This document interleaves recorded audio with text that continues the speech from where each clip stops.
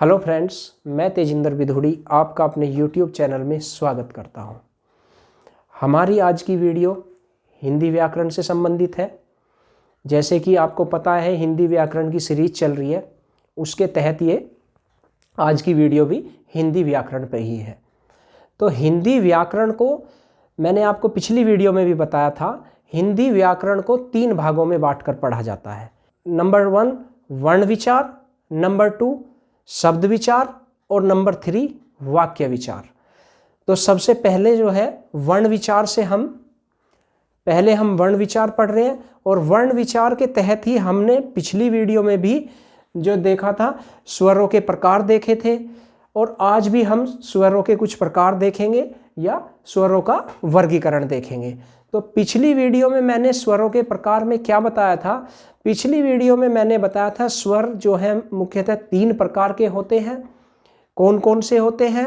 Number 1 ह्रस्व स्वर, number 2 दीर्घ स्वर और नंबर 3 जो है प्लुत स्वर। तो ये तीनों प्रकार जो है मैं पिछली वीडियो में बता चुका हूँ। अगर आपने वीडियो ना देखी हो तो सबसे पहले उस वीडियो को देख ले, उसके बाद इस वीडियो को देखें तो आपको अच्छे से समझ में आएगा। तो चलिए देखते हैं आज हम वर्ण विचार से संबंधित स्वरों का वर्गीकरण। तो स्वरों का वर्गीकरण जो है मुख्य 3 प्रकार से किया गया है। कौन कौन से? ओष्ठ की आकृति के आधार पर, जीभ की क्रियाशीलता के आधार पर और तालु की स्थिति के आधार पर स्वरों को जो है वर्गीकृत किया गया है। तो सबसे पहले हम देखते हैं नंबर 1 ओष्ठ की आकृति के आधार पर स्वरों का वर्गीकरण। तो ओष्ठ की आकृति के आधार पर स्वरों को 2 भागों में वर्गीकृत किया गया है। कितने भागों में? 2 भागों में। नंबर 1 वृत्ताकार स्वर और नंबर 2 अवृत्ताकार स्वर। तो वृत्ताकार स्वर किन्हें कहते हैं? ये वे स्वर होते हैं जिन्हें उच्चारित करते समय या जिन्हें बोलते समय हमारे होठों की आकृति वृत्त के आकार की हो जाती है, यानी गोल आकार ले लेते हैं हमारे होठ जिन स्वरों को बोलते समय, तो उन्हें हम वृत्ताकार स्वर कहते हैं। तो वृत्ताकार स्वरों की संख्या 4 है। कौन कौन से हैं देखते हैं। उ, ओ और औ। इन चारों स्वरों को बोलते समय हमारे होठों की आकृति जो है वृत्त के आकार की हो जाती है, यानी गोल हो जाती है। जब हम ऊ बोलेंगे तो ऊ बोलने पे हमारे होठ जो है गोल आकार के हो जाते हैं, वृत्त आकार के हो जाते हैं। इन चारों स्वरों को बोलते समय हमारे होठ जो है वृत्त के आकार के अर्थात गोल हो जाते हैं, इसीलिए इन्हें वृत्त आकार स्वर कहते हैं, यानी वृत्त के आकार के स्वर। और बाकी जो 7 स्वर हैं, जैसे कि आपको पता है स्वरों की संख्या 11 है। हमारे हिंदी व्याकरण में स्वर जो है 11 होते हैं, और जो मैंने इधर दर्शाए भी हैं। तो 11 में से 4 जो स्वर होते हैं होठों की आकृति के आधार पर जो है हमारे वृत्ताकार स्वर होते हैं 4, ठीक है। और बाकी के जो बचे 7 स्वर होते हैं, 11 में से 4 हटा दीजिए, 7 बचे, तो बाकी के सभी 7 स्वर जो हैं वो अवृत्ताकार स्वर होते हैं, यानी जिन्हें बोलते समय होठों की आकृति वृत्त के आकार की नहीं होती। जैसे हम बोलेंगे ए, आ, तो इसमें जो है होठों की आकृति इन 7 स्वरों को बोलते समय होठों की आकृति वृत्त के आकार की नहीं होती, इसीलिए इन्हें अवृत्ताकार स्वर कहते हैं। तो हमने देखा होठों की या ओष्ठ की आकृति के आधार पर स्वरों के 2 प्रकार होते हैं। वृत्ताकार स्वर, वे स्वर जिन्हें बोलते समय होठों की आकृति गोल हो जाती है, और अवृत्ताकार स्वर जिन्हें बोलते समय होठों की आकृति गोल नहीं रहती। तो ये हमने देखे होठों की आकृति के आधार पर स्वरों के प्रकार। अब हम देखते हैं ओ स्वर जो है इसे भी स्वर ही कहा गया है, लेकिन ये जो हिंदी के 11 स्वर हैं इनमें इसकी गिनती नहीं की जाती। तो अ स्वर जो है ये हिंदी भाषा में संस्कृत भाषा से नहीं आया, ये हिंदी भाषा में अंग्रेजी भाषा से लिया गया है। तो ये जो ओ स्वर है इसका जो सही उच्चारण है वो कहते हैं ओ बोलते हैं इसे, ठीक है। तो ओ स्वर जो है ये अंग्रेजी भाषा से हिंदी भाषा में आया है और इसके ये नाम है कुछ आगत स्वर कहते हैं इसे। आगत का मतलब आया हुआ स्वर, जो हिंदी भाषा में अंग्रेजी भाषा से आया। इसे मेहमान स्वर भी कहते हैं, क्योंकि जैसे मेहमान जो है घर में आते हैं तो दूसरी जगह से आते हैं, तो ऐसे ही ये दूसरी भाषा से अंग्रेजी भाषा से आया हिंदी भाषा में, इसीलिए इसे मेहमान स्वर कहते हैं। इसे विदेशी स्वर कहते हैं, क्योंकि अंग्रेजी जो है विदेशी भाषा है, तो इसे हम ओ को विदेशी स्वर भी कहते हैं। इसे हम आया हुआ स्वर भी कहते हैं, ये अंग्रेजी से आया है। और इसे हम ग्रहित स्वर भी कहते हैं, यानी ग्रहण किया हुआ स्वर भी कहते हैं, यानी इसे जो है हिंदी ने अंग्रेजी भाषा से ग्रहित कर लिया अपनी हिंदी में, और हिंदी भाषा में इसका जो है काफ़ी प्रचलन हो रहा है। काफ़ी शब्दों में जो है इसका प्रयोग किया जाता है। जैसे एक शब्द मैं आपको बताता हूँ, जो लिखते हैं हम डॉक्टर। जब हम डॉक्टर लिखते हैं तो इसमें जब हम डॉ बनाते हैं तो इसके ऊपर ऐसे लगाते हैं डॉ। तो ये जो ओ है ये डॉक्टर में और बहुत सारे शब्द ऐसे हैं जिनमें इसका प्रयोग किया जाता है। तो ओ के बारे में जाना, बस ध्यान इतना रखना है आपको कि इसकी गिनती, ओ की गिनती जो है हिंदी व्याकरण है उसके जो 11 स्वर हैं उनमें नहीं की जाती। ये आगत स्वर है, आया हुआ स्वर है, मानते इसे स्वर ही है, लेकिन हिंदी में काउंट नहीं होता। अगर क्वेश्चन आता है कि हिंदी में कितने स्वरों की संख्या कितनी है, तो 11 ही आएगी। और अगर इसके बारे में क्वेश्चन आता है कि ओ जो है हिंदी के 11 स्वरों में से है या नहीं है, तो ये नहीं है, ठीक है। बाकी इसे स्वर की संज्ञा दी गई है। अब देखते हैं, हमने देख लिया ओष्ठ की आकृति के आधार पर। अब देखते हैं हम जीभ की क्रियाशीलता के आधार पर स्वरों का वर्गीकरण। तो जीभ की क्रियाशीलता के आधार पर स्वर जो है 3 प्रकार के होते हैं। कौन कौन से?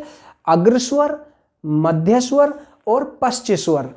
अग्रस्वर वे स्वर होते हैं जब जीभ का आगे का हिस्सा, अग्र यानी आगे का हिस्सा जो है, जीभ का आगे का हिस्सा क्रिया करता है, यानी क्रियाशील होता है जिन स्वरों को बोलते समय, तो वे स्वर होते हैं अग्र स्वर। और जिन स्वरों के बोलते समय जीभ का मध्य भाग क्रियाशील होता है, वे मध्य स्वर होते हैं।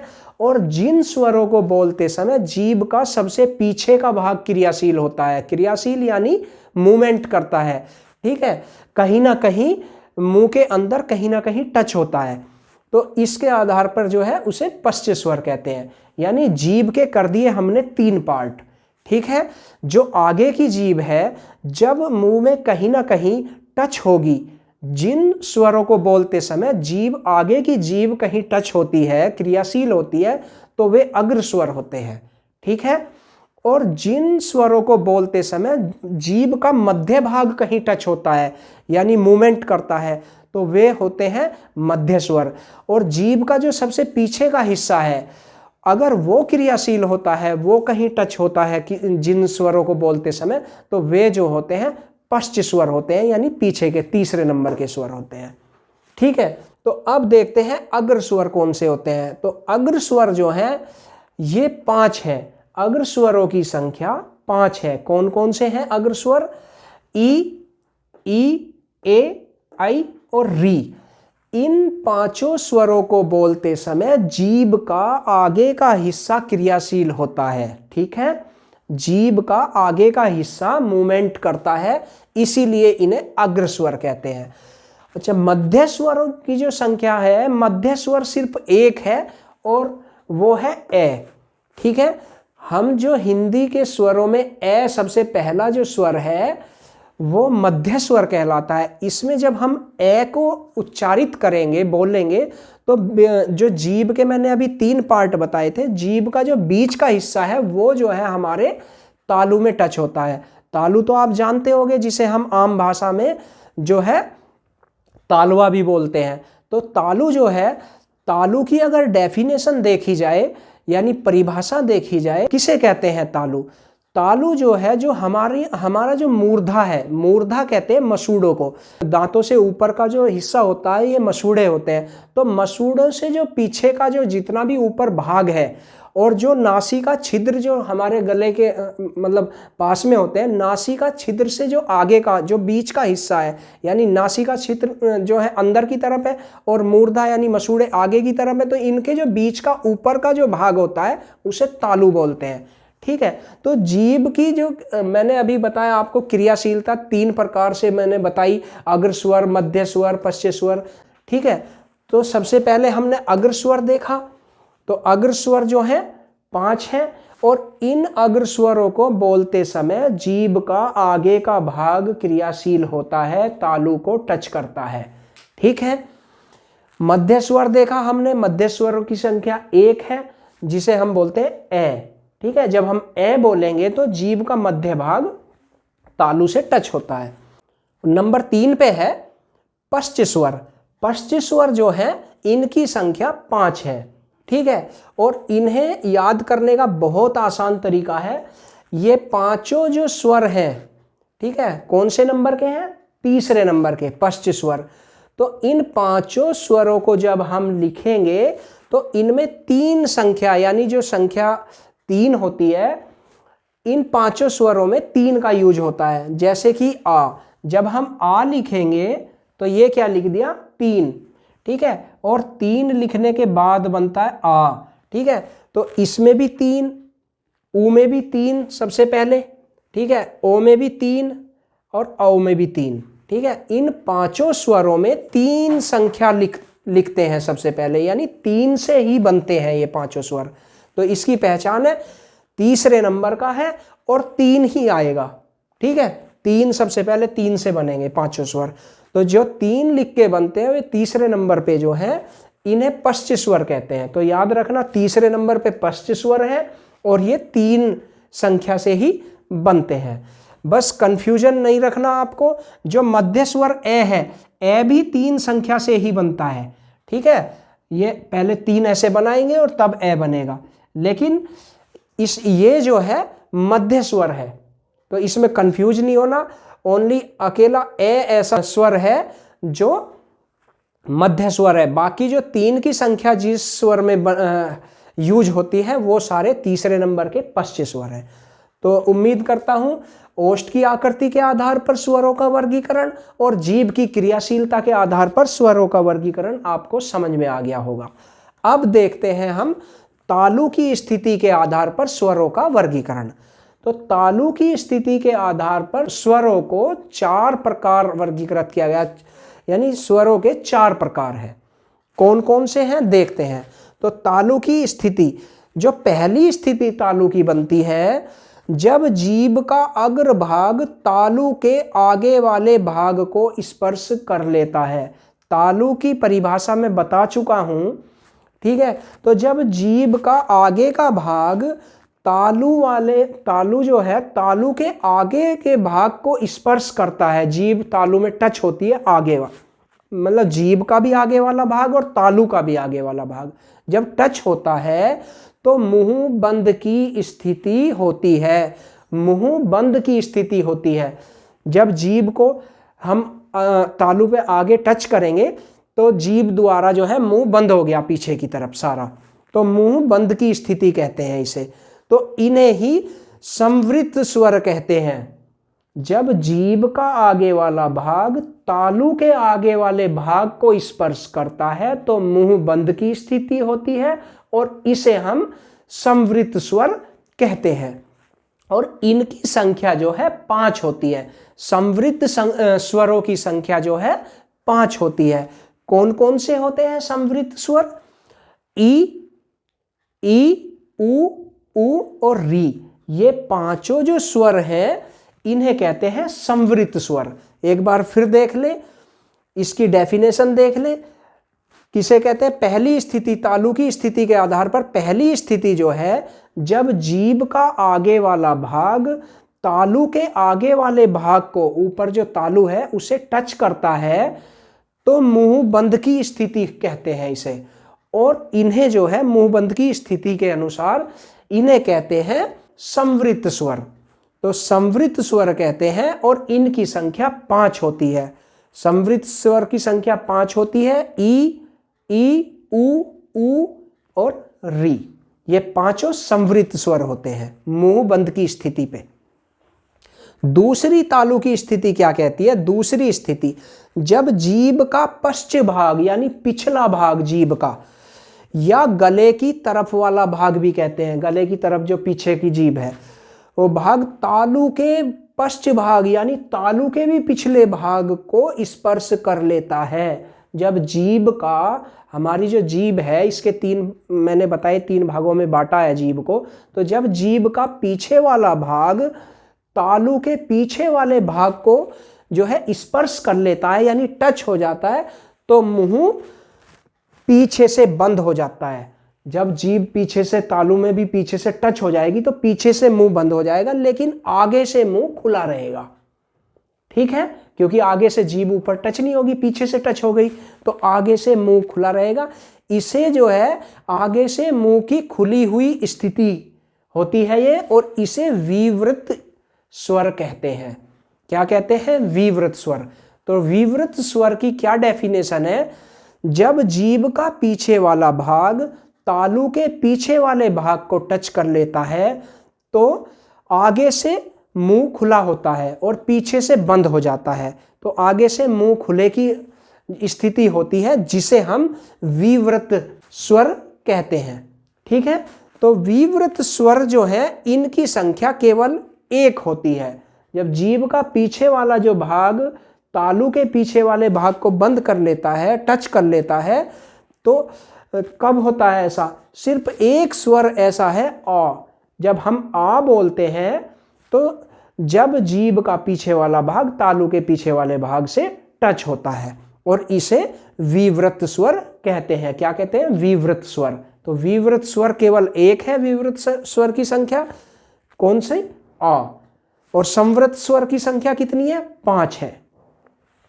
तो ये हमने देखा, विवृत देखा और संवृत देखा। अब तीसरी स्थिति देखते हैं तालु की। तीसरी स्थिति क्या कहती है? यदि जीभ का मध्य भाग तालु के मध्य भाग को स्पर्श कर रहा है, तो जीभ का जो बीच का भाग है और तालु के भी बीच के भाग को अगर टच कर रहा है, स्पर्श कर रहा है, तो मुंह आगे से आधा खुला रहता है, क्योंकि जीभ का जो बीच का जो भाग है वो तालु के बीच के भाग से टच हो गया, तो आगे से तो खुला है, तो मुंह जो है आगे से खुला रहता है, जिसे अर्धविवृत स्वर कहते हैं। क्या कहते हैं? क्योंकि आधा खुला है तो अर्धविवृत, और अगर पूरा खुला था तो उसे विवृत कह रहे थे। तो अब देखो अर्धविवृत। ठीक है, तो यदि जीभ का मध्य भाग तालु के मध्य भाग को स्पर्श कर रहा है तो मुंह आगे से आधा खुला रहता है, जिसे हम अर्धविवृत स्वर कहते हैं। अर्धविवृत स्वरों की संख्या 3 होती है। कितने होते हैं अर्धविवृत स्वर? 3। कौन कौन से? ए, आई और औ। ये 3 स्वर ऐसे हैं जिनमें जीभ का मध्य भाग तालु के मध्य भाग से स्पर्श होता है और मुंह आगे से खुला होता है। ठीक है, तो इसे जो है अर्धविवृत कहते हैं, और इनकी संख्या 3 होती है, जो ए, आई और औ होती है। ठीक है, तो ये हमने तीसरी स्थिति देखी तालु की। अब देखते हैं तालु की चौथी स्थिति। चौथी स्थिति क्या कहती है? जब जीभ का मध्य भाग, इसमें भी जीभ का मध्य भाग है और तालु के मध्य भाग को स्पर्श कर रहा है। देखो, जो तीसरी स्थिति थी इसमें भी जीभ का मध्य भाग तालु के मध्य भाग को स्पर्श कर रहा था, और इसमें भी चौथी में भी स्पर्श कर रहा है, लेकिन दोनों में अंतर क्या है? इसमें मुंह पीछे से आधा खुला रहता है। ठीक है, और इसमें इन्होंने माना था आगे से आधा खुला। तो जो आगे से आधा खुला था उसे तो कहा था इन्होंने अर्धविवृत, और इसमें क्या है? इसमें देखा जब जीभ का मध्य भाग तालु के मध्य भाग को स्पर्श कर लेता है, टच कर लेता है, तो जीभ का जो पीछे का भाग है, मतलब मुंह का जो पीछे का जो भाग है वो खुला रहेगा आधा। ठीक है, तो मुंह पीछे से आधा खुला रहता है। इस स्थिति को आधा बंद की स्थिति तथा अर्ध संवृत स्वर कहते हैं। एक बार और देखते हैं। जब जीभ का मध्य भाग तालु के मध्य भाग को स्पर्श करता है तो मुंह पीछे से आधा खुला रहता है।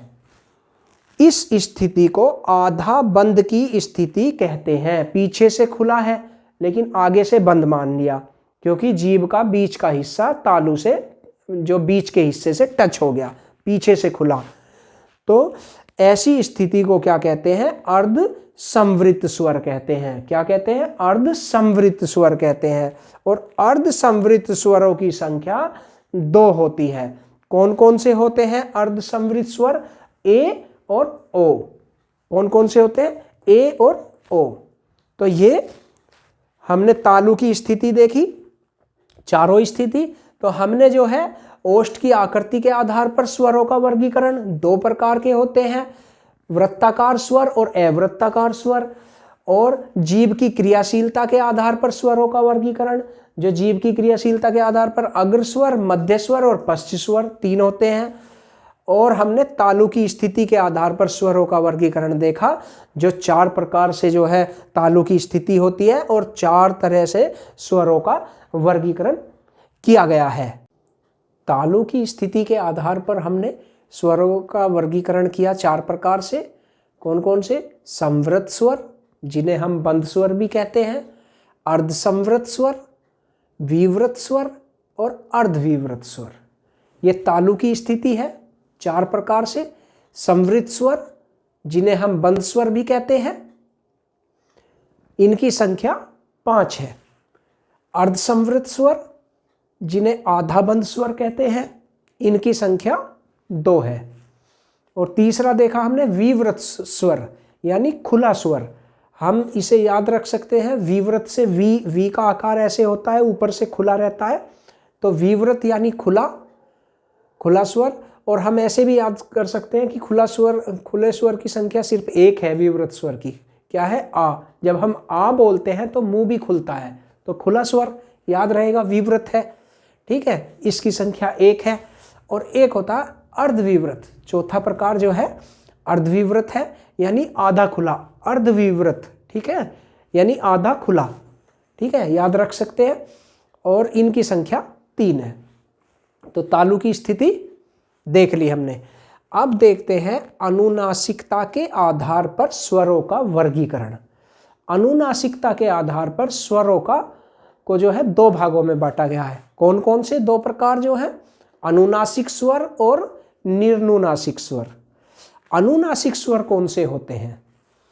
अनुनासिक स्वर जो है, जिस चिन्ह को हम चंद्र बिंदु नाम देते हैं आए हैं, जिस स्वर को हम चंद्र बिंदु नाम देते आए हैं, ये ही अनुनासिक कहलाते हैं। ये सभी तद्भव शब्द होते हैं। तो जिन स्वरों में जिनमें हम चंद्र बिंदु आपने सुना होगा, बहुत सारे शब्दों में चंद्र बिंदु का प्रयोग किया जाता है। ठीक है, जैसे हम लिखें, हमने लिखा गांव।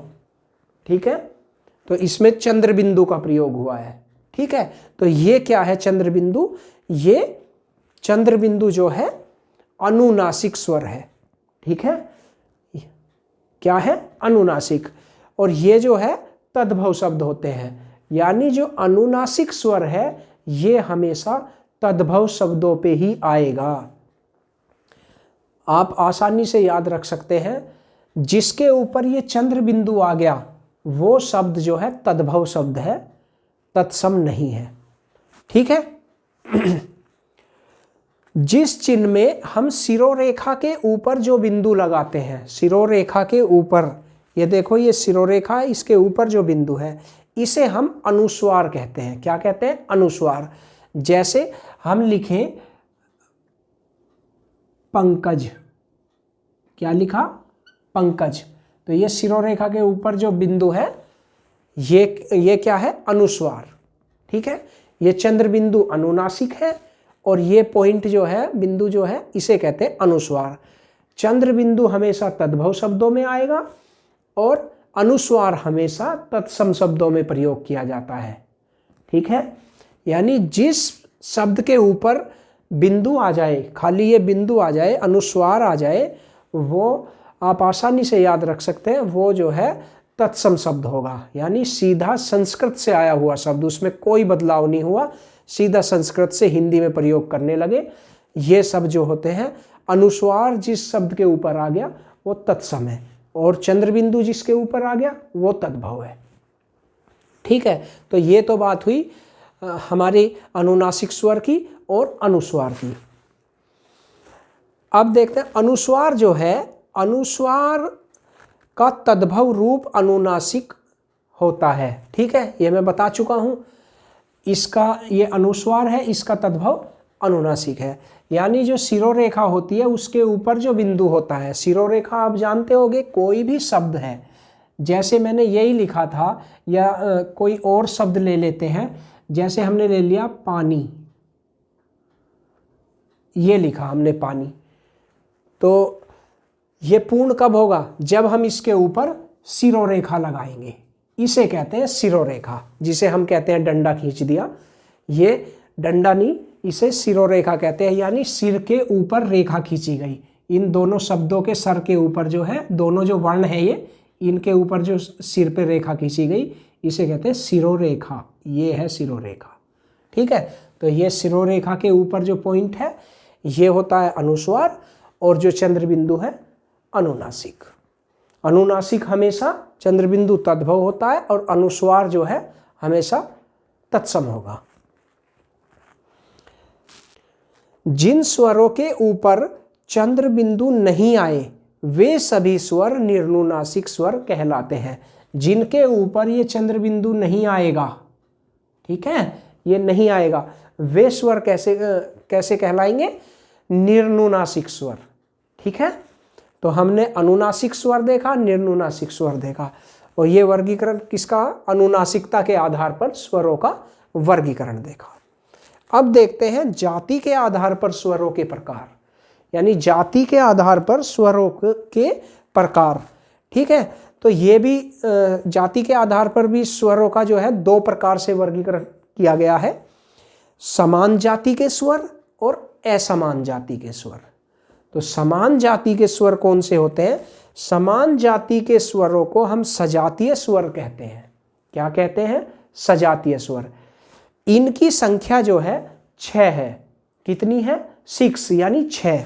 तो सजातीय स्वर जो होते हैं, जिन्हें हम समान जाति के स्वर कहते हैं, इनकी संख्या 6 है, या हम कह सकते हैं 3 जोड़े। ये समान जाति के हैं, ए, आ, ई, उ, ऊ।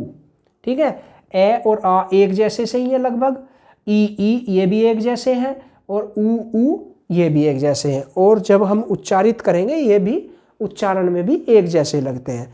तो ये 3 जोड़े हैं, और तीनों जोड़ों में कितने स्वर हैं? 6 स्वर हैं, और तीनों एक जैसे जोड़े हैं। तो ये 6 के 6 स्वर जो हैं, हमारी जो हिंदी के हमारे स्वर हैं 11 में ये 6 सजातीय स्वर होते हैं, यानी 3 जोड़े जो हैं, या 6 संख्या है इन स्वरों की, ये सजातीय स्वर होते हैं। और बाकी जो है विजातीय स्वर जो होते हैं, देखते हैं उन्हें भी। जब असमान स्वर समूह आए तो विजातीय स्वर कहलाते हैं। जब एक जैसे स्वर समूह ना आए, असमान आए, जैसे देखो ए और ए, अगर यहाँ आ होता तो सजातीय होता, लेकिन ए अलग है, ए अलग है, तो ये असमान है, तो इन्हें कहते हैं विजातीय स्वर। तो हमने देखा जाति के आधार पर 2 प्रकार के, कौन कौन से? सजातीय स्वर और विजातीय स्वर। तो ये स्वरों का जो वर्गीकरण था हमने देखा। कल की वीडियो में हमने देखा था स्वरों के प्रकार, जिसमें मैंने ह्रस्व स्वर बताए आपको, और दीर्घ स्वर बताए, और तीसरे जो थे प्लुत स्वर बताए। तो 3 वो बताए। उसके बाद जो है हमने जो स्वर देखे वो ओष्ठ की आकृति के आधार पर स्वरों का वर्गीकरण किया, जीभ की क्रियाशीलता के आधार पर स्वरों का वर्गीकरण किया, और हमने तालु की स्थिति के आधार पर स्वरों का वर्गीकरण किया, और हमने अनुनासिकता के आधार पर स्वरों का वर्गीकरण देखा। तथा जाति के आधार पर भी हमने स्वरों के प्रकार देखे। तो स्वर जो है, स्वर जितने भी ये पिछली वीडियो में और इस वीडियो में मैंने बताए हैं, इनसे बाहर क्वेश्चन बिल्कुल नहीं आएगा। स्वरों पे अगर कोई क्वेश्चन बनता है तो आपको इन वीडियो से ही देखने को मिल जाएगा और आप आसानी से क्वेश्चन को ठीक कर पाएंगे। तो जो मैं नेक्स्ट वीडियो लेके आऊँगा, नेक्स्ट वीडियो में हम जो बात करेंगे, टॉपिक यही चलेगा वर्ण विचार का। उसमें देखेंगे हम व्यंजन, यानी व्यंजनों के बारे में पढ़ेंगे। तो मिलते हैं नेक्स्ट वीडियो में। वीडियो अच्छी लगी हो, वीडियो को लाइक करें, चैनल को सब्सक्राइब करें, और वीडियो अच्छी लग रही है या अच्छी नहीं लग रही तो कमेंट्स ज़रूर कर दिया करें। ठीक है, मिलते हैं नेक्स्ट वीडियो में, तब तक के लिए नमस्कार।